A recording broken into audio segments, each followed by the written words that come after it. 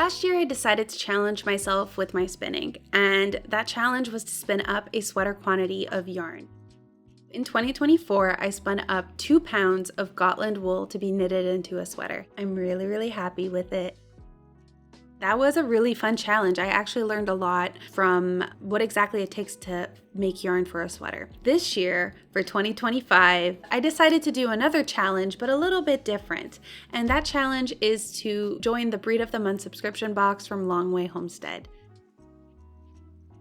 Now, this is a fiber study that lasts exactly a year. So each month you get 4 ounces of a different breed of sheep's wool. And if you aren't a spinner, they also offer the yarn option. So you can still be a part of the club and just get different skeins of yarn. Now each skein will be spun differently depending on what that yarn is. Now the way that Long Way Homestead ships these subscriptions is they actually vacuum seal them. So over the past couple of months, I've been signed up to this club and I've been receiving them in the mail. I actually wanted to have a couple of them, feel them before committing to this challenge and I kind of wanted to have a couple of them before actually starting, and I did want to officially start on January so that the last one will be spun in December of 2025 to finish up the full year.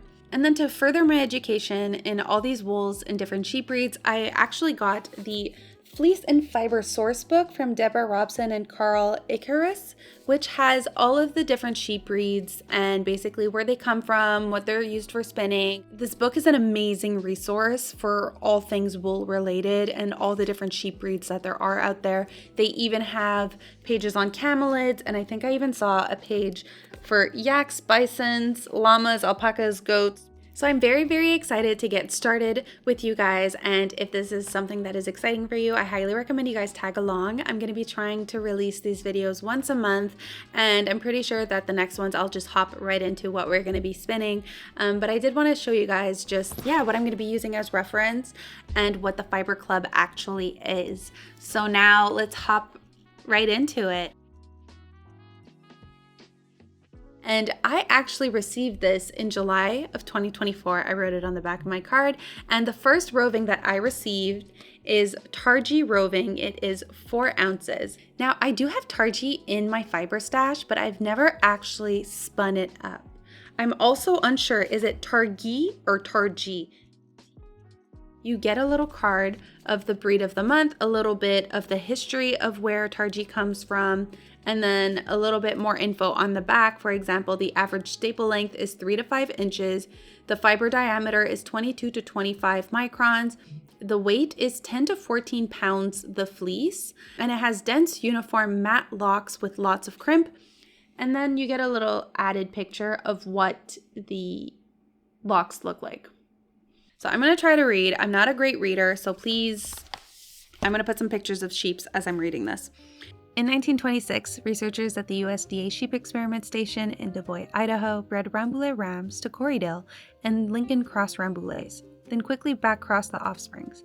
Their goal was to produce a dual-purpose sheep that would thrive on range and farm operations in the high states and the high plains. Their new large-frame Targhee bred, named after the national forests where the station's sheep grazed in summer, superbly produced both meat and fleece. From its fine wool ancestors, the Targhee gets very soft wool, yet the handling qualities feel like they come from the long wool side. The fiber diameters overlap those of medium to strong merinos and of many Rambouillets. Targhee wool has a loft and good elasticity that make it lively and supple rather than springy. It produces fabrics you'll want to wrap yourselves in, both for its softness and a bit of elegance. I kind of like that. I watched a couple videos of people spinning up Targhee, and they all suggested and said that this wool has a lot of bounce and a lot of fluff to it. So when you're spinning, you might think you're adding a lot of twist, but once you wash it and let it dry, it'll poof back up so much that you will, you think you're putting in all this twist, but you're really not. Kind of like my Gotland. I don't think I actually showed this in the series, but after washing and blocking it, I looked at it for a couple of days and I don't know, it lost a lot of its twist in the ply. So I actually put it back in the spinning wheel for another time. Just the whole thing, I just respun it just to get even more twist into it because the twist was like practically gone. Well, not gone, but like it was just I wanted a more twisted yarn. I think for all of these, what I'm going to do is I'm going to keep a little knob unspun so that we have a comparison to go for. So what I'm realizing is there is a little bit of like hay in this everywhere. So I'll try to get this out as I spin it. But my plan for all of these for this 12-month subscription is to kind of spin this all the same thickness. Now I know all these yarns will have different like textures and feelings to them, but if I can do that, then maybe the ones that would work best together, because I'm not entirely sure what the other subscription boxes, like I don't know what the other ones are going to be, what other wools I'm going to have in this. It would be super fun to maybe knit something with all of this yarn incorporated. I'm also really excited to see how much yarn 4 ounces of each sheep gives, because different breeds, since this one is so bouncy, I feel like it might be a bit of a shorter one. But yeah, let's get spinning. Would I need to? You know I have to go to my grandparents on Friday. Are you scared yet? You're scared yet? You're still gonna get pregnant. Not like this. No, some people get pregnant. Oh yes, that's what you should do.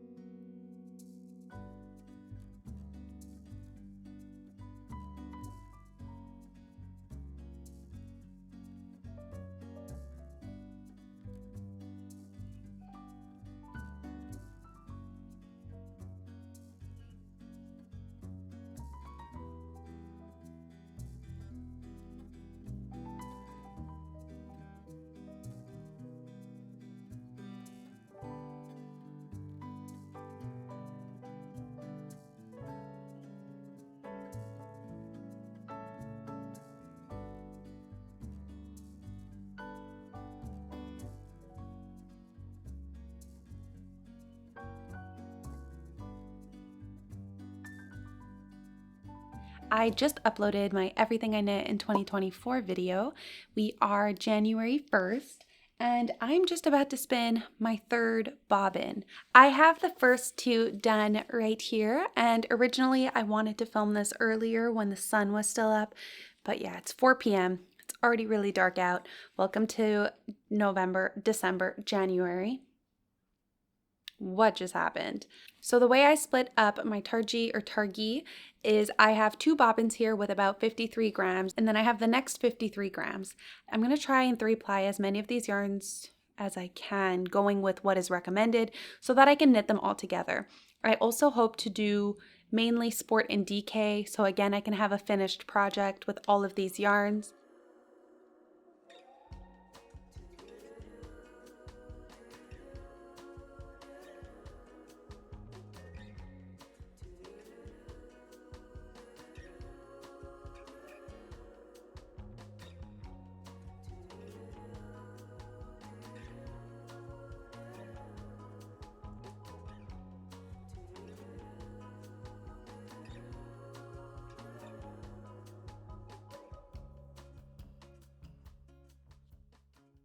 Here I have all 3 bobbins spun up. What I'm going to be doing is plying them all together, doing a 3-ply of Targhee. Now I know that, for example, Gotland, when I spun up for the sweater quantity for my 100% Gotland sweater last year, that one I saw that it worked better as a 2-ply. So I know some of these fibers work better as a 2-ply. For those ones, I'm going to do that. Or some of them are probably going to end up being really thick. Some of them are probably going to end up being really thin, and I'm expecting that because each wool works up differently. And I think that that's the fun part, figuring out exactly how all these wools work together, don't work together. My experience first time spinning with all these, like this was my very first time spinning with Targhee, and it is a very bouncy, squishy wool. I know that now. So that is why I'm doing this. So it would be great if at the end of this, all my spins ended up being the exact same weight and yarn consistency, but I know that that is a very, especially at my current spinning skills, I know that that is a very unachievable goal. So we're just here to have fun and to learn. So I'm gonna start plying right now.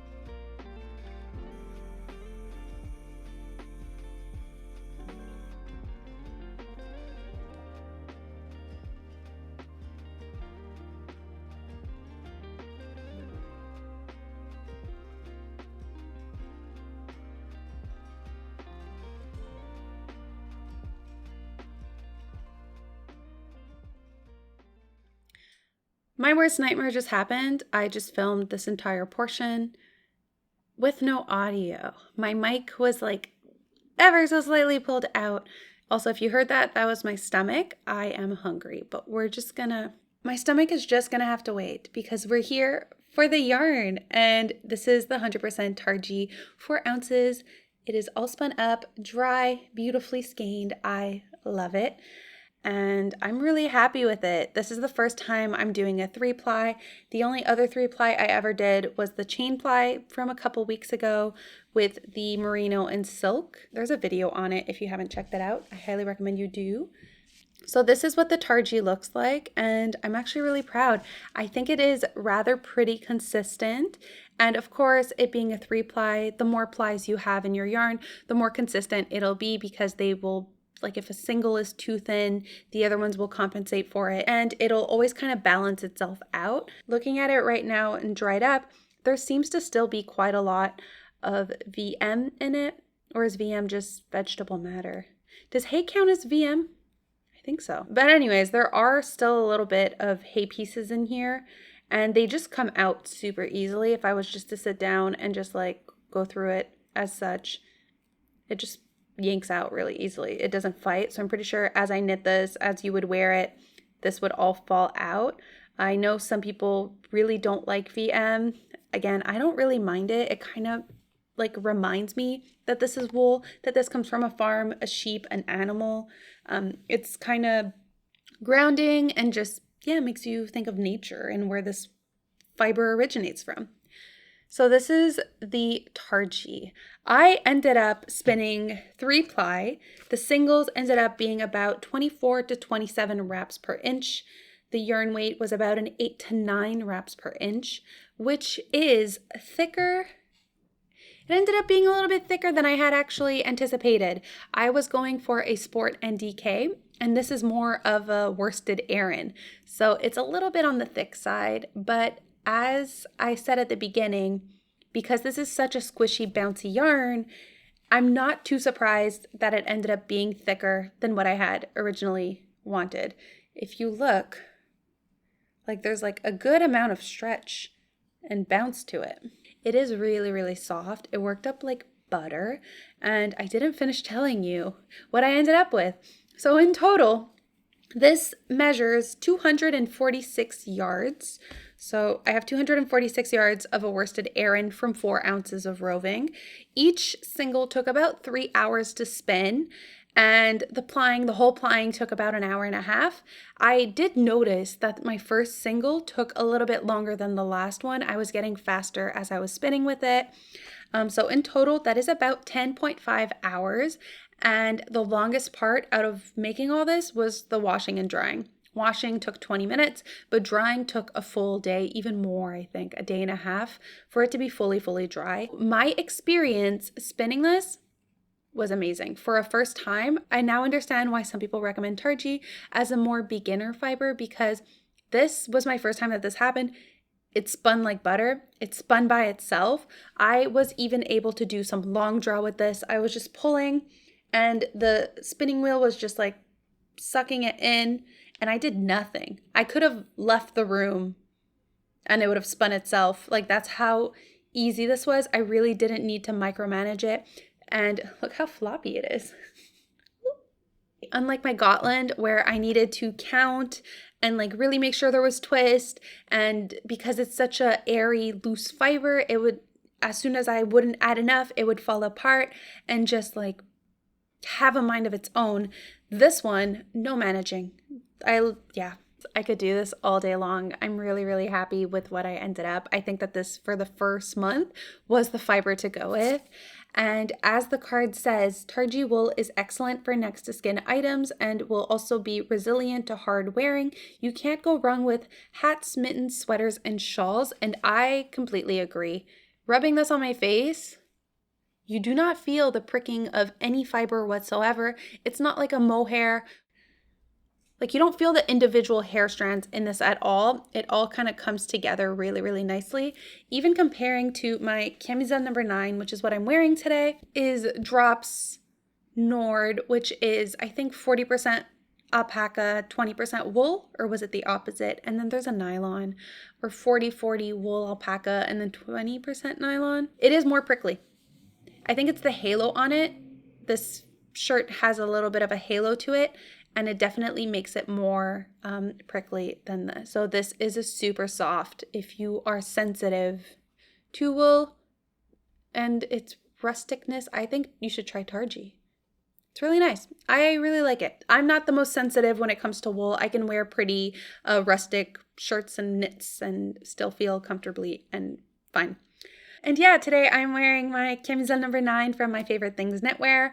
I love it. And yeah, I just thought I finished it last weekend and I just thought this would be perfect to wear to show you guys my new yarn. Okay. Oh no. So I didn't realize, but I actually deleted the footage that I had filmed without audio because I needed to make room for this one. But one of the things that I had done, and I can't redo right now, is I had actually received in the mail my November month because of the Canada Post strike. It took a while, but I had actually received the month subscription for November, and I opened it. Basically, it comes in one of these vacuum sealed bags. It comes really flat and pressed, and it still is a little flat. I opened it up on camera. Why did I delete it? But essentially, I opened it up on camera. You can kind of see where it is still flat. Maybe next time I can do an opening properly with you guys and have audio. So when you sign up to this fiber study, she does send you an email with like more info on it, and it does say to open these up as soon as you get them. The yarn as well, it all comes in vacuum sealed bags so that the shipping is a lot cheaper for you and for her, and it really doesn't affect the wool at all. I mean, can you even tell that this was tightly packed in a vacuum sealed bag? No. And she does say if it is too, like if the crease is too intense and not going away, you could always wash it and then wash it, dry it, and it'll be gone. Even the roving, you can wash it and dry it. There's instructions on how to do so. She just says to open it as soon as you get it, to bounce back and just not leave it in there till you want to spin it. Just let it air out and get its lofty airness back. So this is the month of November. So this one we will be spinning in, I think, May. So now you guys know May is going to be a white fiber again. Now I'm not going to tell you what this is. If you guys want to take a guess, take a gamble, this is what it looks like. If you have any idea of what this could be, this is what it looks like. And I'm not going to be telling you anything. So you guys can take a guess in the comment section down below. What is this wool? So I know because I have the card and I just wrote on it November. But yeah, I thought it would be really fun to have a little bit of a mystery and just maybe keep you guys very invested and intrigued into the next following months. And to do so even more, I'm just going to show you guys what we're going to be spinning next month. So the month of February is going to be a brown wool. That's it. That's all I'm going to say. It's a brown wool. So let me know in the comment section what you think this is, what it could be. And if you're right, well, you just get the honor of being right. But yeah, so next month it's going to be a brown wool. I'm actually going to be starting that one relatively soon so that I could have the video out in February, but I'm very excited. So this is going to be the month of August, the one that I received in August of 2024. I think that Targhee was the perfect fiber to start off this challenge with, and I can't wait to see what the other months will bring up. Now, this is definitely going to be more interesting as the months go on because I will be able to compare these yarns. Of course, there are going to be some favorites, and then there are going to be some that I might not like as much. I'm also really intrigued to see what yardage I'm going to get with all of these and like ply thicknesses and just see what the difference is between each wool. So I think that this is a perfect one to start off with. Now, that is probably also why I don't really have too much to say about it because it is my first time spinning this fiber, but also because it is the very first one. Next week, or next month, sorry, we will actually be able to compare the Targhee with the brown wool that shall not be named. And yeah. So if you guys are interested in learning more about Targhee or Targhee, still don't know how to say it, want to know more about the wool, the sheep, I'm going to link some articles and some resources down below. And if you haven't tried Targhee. I highly recommend you do. Take a look at it, try it, knit it, spin it. I don't know, it's a fun, squishy fiber. And yeah. Just going to do a little integration right here. I don't know if this is going to be the end, the beginning, or the middle of my video, but that's future Ev's problem. What I wanted to announce quickly is that Morgan and I from Morgan Unraveled, if you guys haven't checked her out, I highly recommend you do. She goes under Morgan Unraveled here on YouTube, but also over on Instagram. Her info will all be down below. But we are announcing our very first knit along for the Dagmar sweater. It's the DagmarKAL. So this is for all 3 different Dagmars: the Dagmar jacket, the Dagmar pullover, and the Dagmar zipper sweater. Now, Morgan and I will both be knitting the Dagmar zipper sweater, but we thought it would be super fun to make this group even bigger and add on the other 2 Dagmars because they're pretty similar. So this KAL is going to last the first quarter of 2025. I was about to say 2023. So this KAL is going to last for the first quarter of 2025. So that is January, February, March, a little into April, or till when we decide, like when we finish the knit. I'm very excited to be casting it on.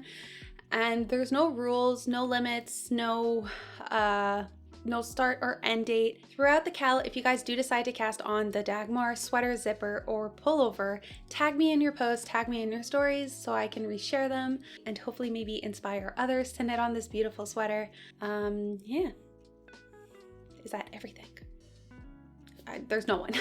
So I actually got my yarn in the mail a couple days ago, and I have already cast it on my beautiful swatch. So the yarn brand that I'm going with is Deraruma Natura, and it is their Serrano, which is an Aran weight 100% merino wool, and it is in this beautiful color Merlot.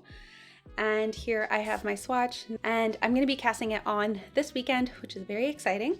So yeah, if you guys have any questions or want to know more information about this KAL, I highly recommend you check out the Instagram posts for them, because there is more info in the description there. And yeah, more info will be on the Instagram posts in the comment. So thank you guys so much for joining. This was honestly so much fun, and I look forward to spinning for the next few months. So I hope you guys have a lovely, beautiful day, and I'll see you all in the next one. Bye.